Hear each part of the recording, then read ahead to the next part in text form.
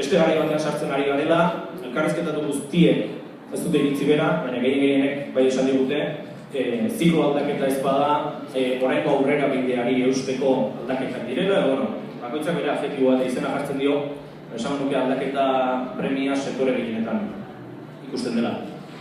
Behin hori ikusita bigarren zatian aztertu nahi izan dugu, bai euskalgintzan, bai alderdi politikoetan, bai orduan hor lanean ari diren eragileek zer egiten duten, eta esango zer egiten dugun egoera berri horretara egokitzeko.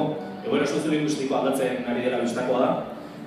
Eta egin nahiko nukeen galdera, egunek elkarrizketatu egin diedan galdera nagusietakoa da, eta gu ari gara aldatzen. Euskalgintzan ari garenok, gure eskemak berritzen ari gara, elkarlana sendotzeko pausoak ematen ari gara. Eta berdin erakundeetan dauden ardura honei begira, ezta? Ari dira, eskema zarrak apurtzen, elkarlanerako bideak jartzen ari dira. Gehienak bat datoz, eta hortan euskalgintzako eragileak dira buru, premia handia dagoela horretarako.